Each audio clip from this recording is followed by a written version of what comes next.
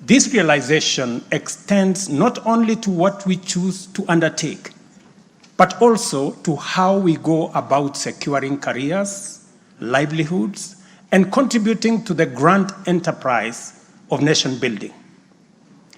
There has never been doubt, and now there is none whatsoever, that Kenya is a land of bold ambition, with our citizens always desiring and insisting on the best possible standards, not only for themselves, but also for their families and for our nation.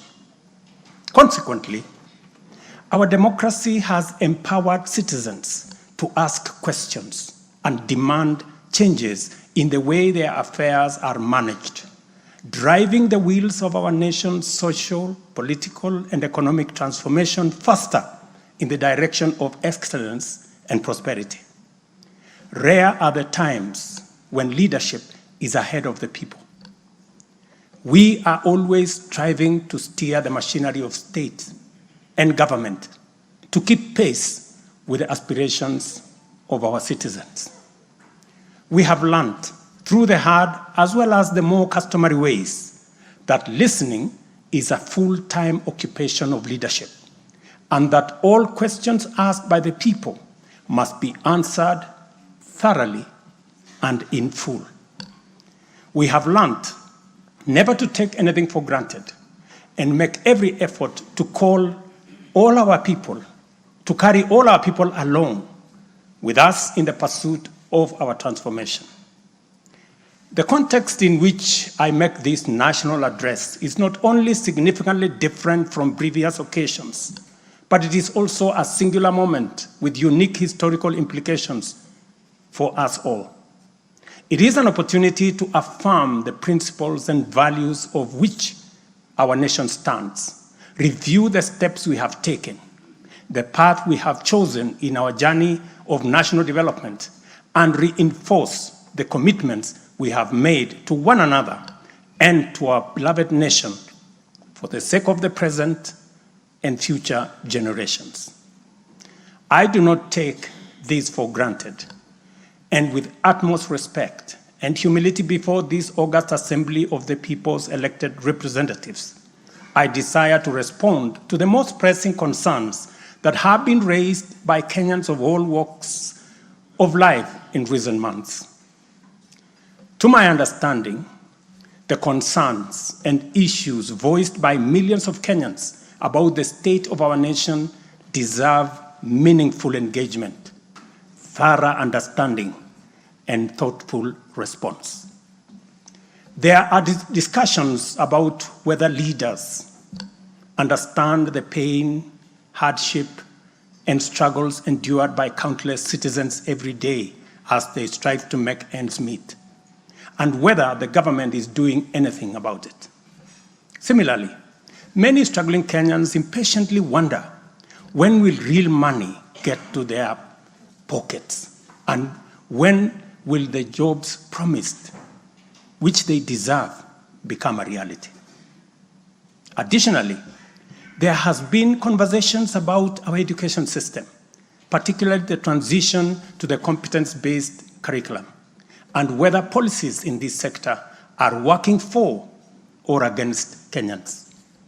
Important questions have also been raised concerning the direction of development in relation to democracy, human rights, and fundamental freedoms, as well as the rule of law, transparency, and accountability.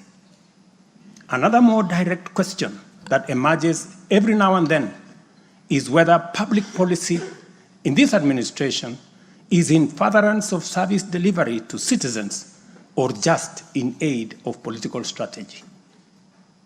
It is undeniable that for many Kenyans, times are hard and the struggle to meet their daily basic needs remains daunting. It is also true that these conditions have persisted for a number of years now, leading to much frustration and anxiety. Although we have gone a long way to mitigate some of these difficulties, much remains to be done, though we have laid a firm foundation for decisive intervention. I believe that it is critical for us to bear in mind that this administration was inaugurated at an extremely difficult time, characterized by domestic challenges, compounded by regional and global security, geopolitical, financial, as well as climate dynamics. As a result, in 2022, the country's total debt burden was not only immense, but it was also stacked up in the most burdensome manner, leaving very little room for investments in public service or development of critical infrastructure. The prices of basic food commodities soared as a result of a combination of prolonged drought, declining local productivity due to inadequate support, and disruptions in the global supply chain caused by the war in Europe.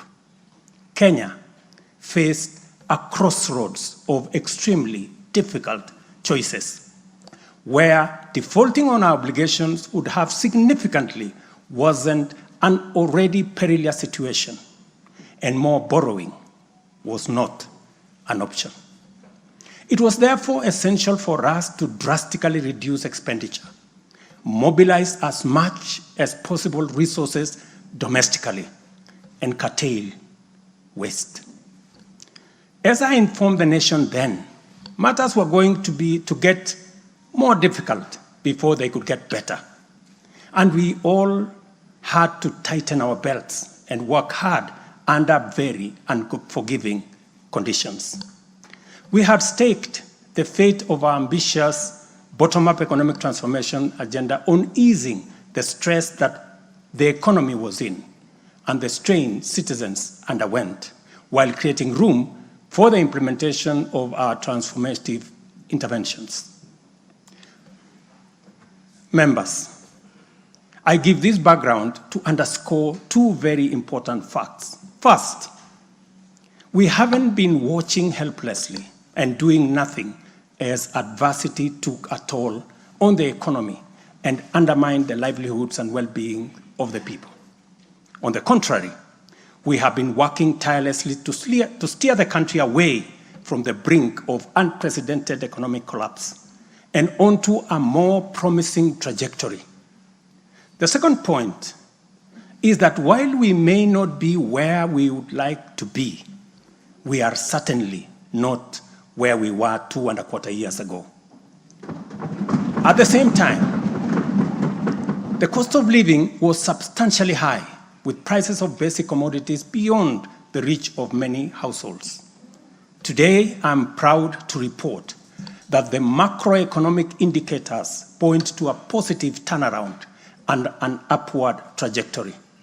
Allow me to highlight a few milestones that underscore this progress. The shilling has stabilized significantly, appreciating from Kenya shillings 162 to the dollar in February 2024 to Kenya shillings 129 today, a remarkable gain of 20%. This recovery has restored confidence in our financial markets and significantly reduced the cost of servicing external debt, creating fiscal space for our development imperatives.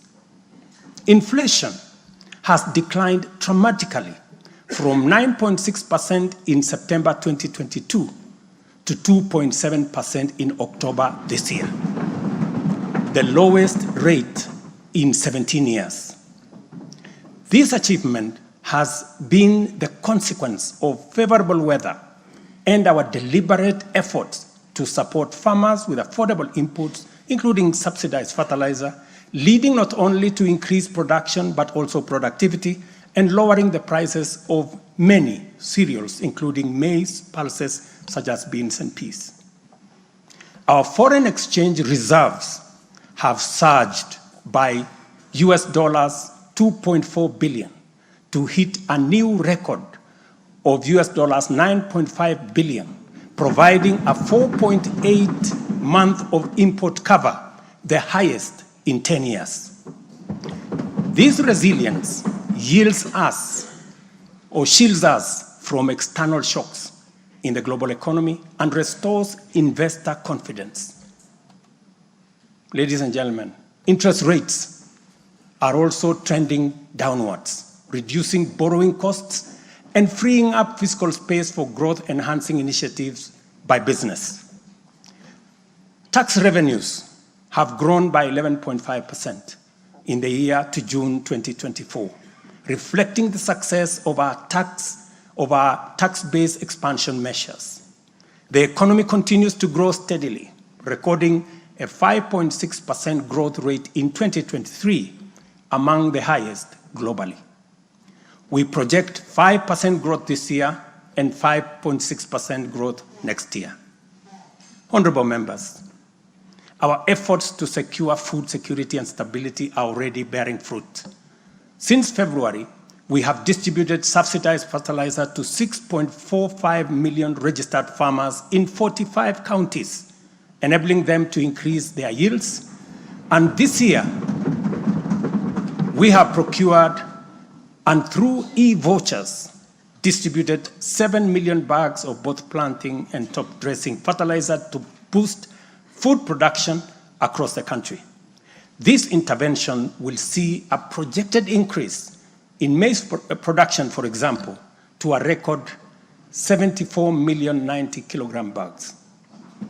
We have also concluded long-term agreements with 11 suppliers of assorted fertilizers so as to make this commodity available all year round.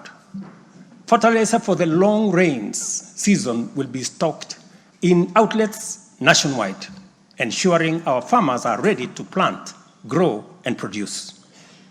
This forward momentum will not only increase our agricultural output, but also reduce our reliance on costly food imports, securing a more self-reliant and a more prosperous Kenya. This approach, rooted in my administration's policy to support production rather than subsidize consumption, has already made food more accessible, more affordable to many households. Today, Kenya boasts